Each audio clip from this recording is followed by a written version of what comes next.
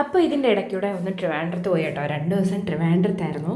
അതാ വീഡിയോസ് ഒന്നും ഇടാഞ്ഞ്. അങ്ങനെ ബാങ്കിൽ കുറച്ച് ആവശ്യമൊക്കെ ഉണ്ട്. ഇതേ അച്ഛനും മോനൂടെ കളിക്കുന്നുണ്ടോ. അതിനുശേഷം ബാങ്കിലെ ആവശ്യങ്ങളൊക്കെ കഴിഞ്ഞ് ഞങ്ങൾ നേരെ പാപ്പം കഴിക്കാൻ വന്നു കേട്ടോ. ട്രിവാൻഡ്രത്ത് ഉണ്ടായിരുന്ന സമയത്ത് ഞങ്ങളുടെ സ്ഥിരം സ്പോട്ടാണ് സാൽവ ഡാം കേട്ടോ. ട്രിവാൻഡ്രം ശാസ്തമംഗലത്താണ്. ട്രിവാൻഡ്രത്തുള്ളവർക്കൊക്കെ അറിയാമെന്ന് ഞാൻ വിചാരിക്കുന്നു.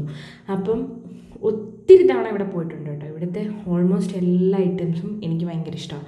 അപ്പോൾ ഇന്ന് നമ്മൾ ചിക്കൻ ബിരിയാണി കഴിക്കാനായിട്ടാണ് വന്നത്. അപ്പോൾ തുടക്കം തന്നെ നല്ല വെയിലും ചൂടും ഒക്കെ ആയതുകൊണ്ട് ഒരു നാരങ്ങ വെള്ളത്തിൽ അങ്ങ് തുടങ്ങിയിട്ട് ഒരു ക്രീമി സൂപ്പ് വാങ്ങിച്ചു കേട്ടോ. ഗോക്കപ്പന് വേണ്ടി വാങ്ങിച്ചതാണ്. ഒരു സൂപ്പ് വാങ്ങിച്ചിട്ട് നമ്മൾ 1/2 ആയിട്ടോ എടുത്തത്.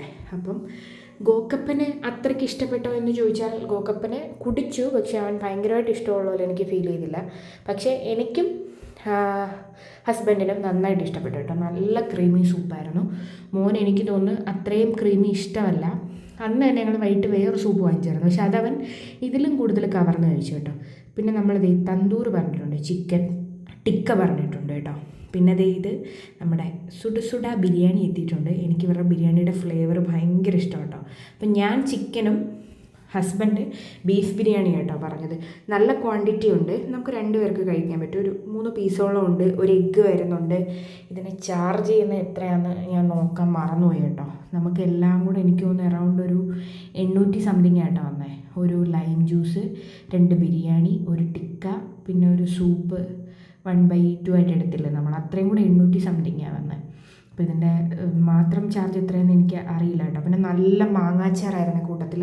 പിന്നെ ഗോക്കപ്പൻ ഈ സാലഡ് ഭയങ്കര ഇഷ്ടമാണ്. അപ്പം അവൻ ഈ സാലഡും ചോറും വെച്ച് തന്നെയാട്ടോ കഴിച്ചുകൊണ്ടിരുന്നത്. അപ്പം ഞാൻ ടേസ്റ്റ് ചെയ്തപ്പം നേരത്തെ ബിരിയാണി കഴിച്ചിട്ടുണ്ട്, ആ സെയിം ടേസ്റ്റ് പോലെ തന്നെ ആയിട്ടോ എനിക്ക് ഫീൽ ചെയ്തത്. നല്ല കുഞ്ഞ് കൈമ റൈസാണ്. എപ്പോഴും ഒരു ടേസ്റ്റ് മെയിൻറ്റെയിൻ ചെയ്യാൻ ഇവർക്ക് സാധിക്കുന്നുണ്ടെന്നാണ് കേട്ടോ ഞാൻ വിശ്വസിക്കുന്നത്. പിന്നെ എനിക്ക് ഇവരുടെ ഇഷ്ടമുള്ളൊരു സാധനം ഇവിടുത്തെ പനീർ ബട്ടർ മസാലയും നാനും ഒക്കെ വിഷയ സാധനമാണ് കേട്ടോ. അപ്പം അത് പിന്നെ ഞാൻ ടിക്ക ടേസ്റ്റ് ചെയ്യുന്നുണ്ട്. ടിക്ക സത്യത്തിൽ ഗോക്കപ്പന് ചിക്കൻ ഫ്രൈ എന്നുള്ള രീതിയിൽ നമ്മൾ വാങ്ങിച്ചു കേട്ടോ, പക്ഷേ അതിൻ്റെ പുറമേ നല്ല എരിയായിരുന്നു. അതുകൊണ്ട് ഗോക്കപ്പൻ അങ്ങനെ കഴിച്ചില്ല. അകത്തെ ആ വെള്ള ഭാഗം മാത്രം കേട്ടോ കഴിച്ചേ. അപ്പം നമ്മുടെ ലഞ്ച് വിശേഷം ഇതായിരുന്നേ.